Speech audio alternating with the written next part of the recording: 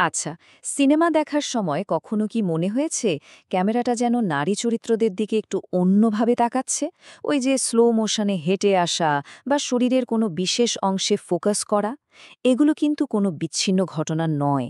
এর পিছনে একটি শক্তিশালী তত্ত্ব আছে, যা একবার জানলে সিনেমা দেখার চোখটাই হয়তো বদলে যাবে। তো মূল প্রশ্নটা তাহলে কি? প্রশ্নটা কিন্তু খুবই সহজ।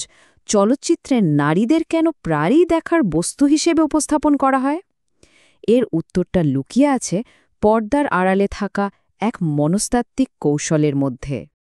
এই পুরো আলোচনায় আমরা বিষয়টাকে একদম ভেঙে দেখব। শুরু করব এই দৃষ্টির পেছনের রাজনীতি দিয়ে, তারপর জানব মেল গেজ ঠিক কী, এর মনস্তাত্ত্বিক আনন্দ কোথা থেকে আসে, হলিউডের দুটো মূল কৌশল কি, আজকের মিডিয়া এর ছাপ কোথায়, এবং সবশেষে এই তত্ত্বের বিশাল প্রভাব নিয়েও কথা বলবো। চলুন তাহলে একদম গোড়া থেকে শুরু করা যাক। এই যে তত্ত্বের কথা বলছি, এটা কিন্তু এমনি এমনি চলে আসেনি। এর জন্ম হয়েছিল একটা বিপ্লবী রাজনৈতিক উদ্দেশ্য থেকে। তাহলে এই দৃষ্টির পেছনের রাজনীতিটা ঠিক কি? সালটা ছিল ১৯৭৫। লরা মালভি নামে একজন ফিল্ম থিওরিস্ট এমন একটি প্রবন্ধ লিখলেন, যা সিনেমার জগৎকে একেবারে নাড়িয়ে দিয়েছিল। তার উদ্দেশ্য শুধু বিশ্লেষণ করা ছিল না, ছিল আক্রমণ করা। তিনি সাইকো অ্যানালিসিস বা মনোসমীক্ষণকে একটি রাজনৈতিক অস্ত্র হিসেবে ব্যবহার করলেন।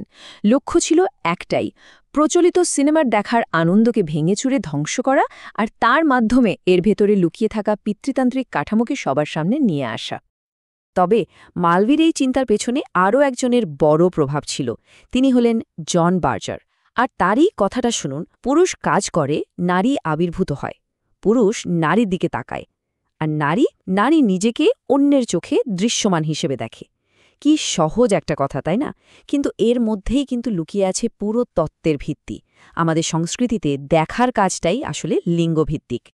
বেশ, তাহলে এবার মূল বিষয়টাতেই আসা যাক। এই যে আমরা এতক্ষণ ধরে বলছি মেল গেজ বা পুরুষের দৃষ্টি, এর আসল মানেটা কি? খুব সহজ করে বললে, মেল গেজ হলো এমন একটা তত্ত্ব যা বলছে যে মূলধারা সিনেমাগুলো সেগুলো আসলে পৃথিবীকে দেখায় একজন বিষমকামী পুরুষের চোখ দিয়ে। আর এই দৃষ্টিতে নারী হয়ে ওঠে পুরুষের আকাঙ্ক্ষার একটা বস্তু। আর সবচেয়ে মজার ব্যাপার হলো, দর্শক তিনি যে লিঙ্গেরই হন না কেন, অজান্তেই কিন্তু সেই পুরুষের চোখ দিয়ে সবকিছু দেখতে শুরু করেন। এক কথায়, পুরুষ হলো দর্শক আর নারী হলো দৃশ্য। কিন্তু এই দৃষ্টিটা কিন্তু একটা স্তর থেকে কাজ করে না। না, এটা আসলে তিনটে স্তর মিলে একসাথে কাজ করে। এক, ক্যামেরার নিজের দৃষ্টি, মানে পরিচালক যেভাবে দেখতে চাইছেন। ২, সিনেমার ভেতরের কোনো পুরুষ চরিত্রের দৃষ্টি, যে হয়তো নারী চরিত্রটার দিকে তাকাচ্ছে। আর ৩, আর এটাই সবচেয়ে গুরুত্বপূর্ণ, সেটা হলো দর্শকের দৃষ্টি। এই দর্শকই অজ্ঞাতসারে প্রথম দুটো দৃষ্টিকে এক করে ফেলে, আর শেষ পর্যন্ত নারী চরিত্রটিকে পুরুষের চোখ দিয়েই দেখে। কিন্তু প্রশ্ন হলো, এই যে পুরুষের দৃষ্টি, এটা আমাদের কাছে এত আনন্দদায়ক লাগে কেন? এর উত্তরটা খুঁজতে গিয়ে মালভি আমাদের মনোবিজ্ঞানের আরও অনেক গভীরে নিয়ে যান। মালভির মতে এখানে দুটো প্রধান মনস্তাত্ত্বিক ব্যাপার কাজ করে। প্রথমটা হলো স্কোপোফিলিয়া। এর মানে হলো অন্যকে লুকিয়ে দেখার আনন্দ, যেখানে অন্যকে একটা বস্তুতে পরিণত করা হয়। ভাবুন তো, এমন কিছু দেখার একটা রোমাঞ্চ যা হয়তো আপনার দেখার কথাই ছিল না। আর দ্বিতীয়টা হলো নার্সিসিজম, বা ধরুন আত্মরতি। এটা কি? এটা হলো যখন আমরা পর্দার ওই শক্তিশালী আদর্শ নায়কের সাথে নিজেকে মেলাই, আর তার মতো শক্তিশালী অনুভব করে একটা আনন্দ পাই। আর হলিউডের আসল জাদুটা এখানেই। তারা এই দুটো জিনিসকে দারুণভাবে একসাথে মিশিয়ে দেয়। পুরুষ দর্শক পর্দার পুরুষ নায়কের সাথে নিজেকে মেলায়, যা তার নার্সিসিজমকে সন্তুষ্ট করে। এরপর সেই নায়কের চোখ দিয়ে সে নারী চরিত্রটিকে একটি বস্তু হিসাবে দেখে, যা তার স্কোপোফিলিয়াকে সন্তুষ্ট করে।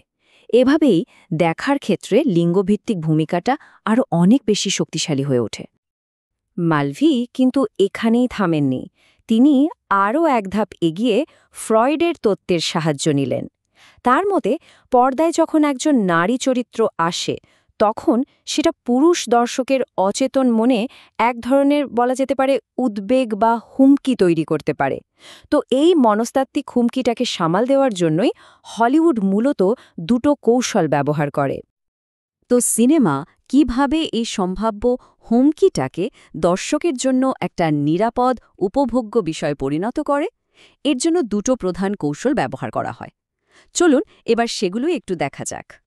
চলুন এই দুটো কৌশলকে একটু ভেঙে দেখি। প্রথমটা, ভয়েরিস্টিক স্যাডিজম। এখানে কি হয়? এখানে নারীকে একটা রহস্য বা হুমকি হিসেবে দেখানো হয়, যাকে গল্পের মাধ্যমে তদন্ত করতে হয়, নিয়ন্ত্রণ করতে হয়, আর প্রায়শই শাস্তিও দেওয়া হয়। কার কথা মনে পড়ছে? ঠিক অ্যালফ্রেড হিচককের সিনেমার কথা। আর দ্বিতীয় কৌশলটা হল ফেটিশিজম।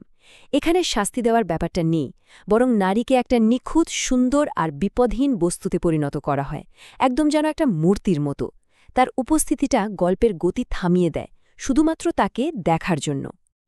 আর হিচককের ভার্টিগো সিনেমাটাতে এই দুটো কৌশলেরই একটা নিখুঁত উদাহরণ পাওয়া যায়। সিনেমার প্রথমার্ধে যখন স্কটি আবেশের সাথে ম্যাডেলিনকে তদন্ত করে, সেটা হলো ভয়েরিজম। কিন্তু দ্বিতীয়ার্ধে যখন সে জুডিকে জোর করে হুবহু ম্যাডেলিনের মতো সাজিয়ে তোলে, সেটা হলো ফ্যাটিশিজম। জুডি তখন আর নিজের পরিচয়ে থাকে না, সে স্কটের কল্পনার একটা বস্তুতে পরিণত হয়। এতক্ষণ তো পুরনো দিনের সিনেমার কথা হলো, কিন্তু ভাবলে ভুল হবে যে মালভির এই তত্ত্ব ওখানেই শেষ। না, এর প্রভাব আজকের মিডিয়াতেও সমানভাবে প্রাসঙ্গিক। একটু আধুনিক ব্লকবাস্টারগুলোর কথা ভাবুন তো।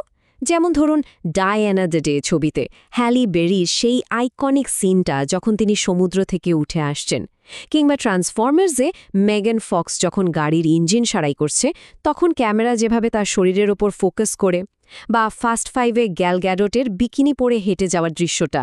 এই দৃশ্যগুলোর কোনোটা কিন্তু গল্পের জন্য খুব একটা জরুরি নয়, এগুলো তৈরিই হয়েছে পুরুষের দৃষ্টিকে আনন্দ দেওয়ার জন্য। আর শুধু সিনেমা কেন, বিজ্ঞাপনের দুনিয়াতেও তো মেল গেজ একটা বড় শক্তি। ওই যে কথাটা আছে না, সেক্স সেলস, এই পুরো ধারণাটাই কিন্তু মেল গেজের উপর দাঁড়িয়ে। কার্লস জুনিয়র বা ডলচে অ্যান্ড গাবানার মতো ব্র্যান্ডের বিজ্ঞাপনে প্রায়শই নারীদেহকে পণ্যের মতোই একটি আকর্ষণীয় বস্তু হিসেবে উপস্থাপন করা হয়। তাহলে বোঝা যাচ্ছে যে লরা মালভের এই তত্ত্বটা কতটা বিপ্লবী ছিল, এর প্রভাব ঠিক কতটা সুদূর প্রসারী ছিল।